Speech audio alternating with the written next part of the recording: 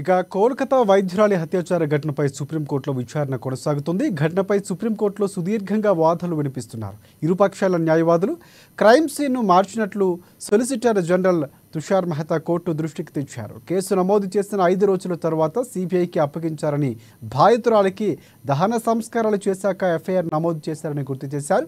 ఇక బాధితురాలు ఆత్మహత్య చేసుకుందని తల్లిదండ్రులకు సమాచారం ఇచ్చారని, నేరం జరిగిన దృశ్యం అంతా మార్చారని కూడా సొలిసిటర్ జనరల్ మెహతా కోర్టుకు తెలిపారు. ఇక యువ వైద్యుల ఆందోళనతో పోస్టుమార్టం వీడియో తీశారని కూడా తెలిపారు. సిబిఐకి ఆలస్యంగా కేసును అప్పగించడంతో దర్యాప్తు కష్టంగా మారిందన్నారు.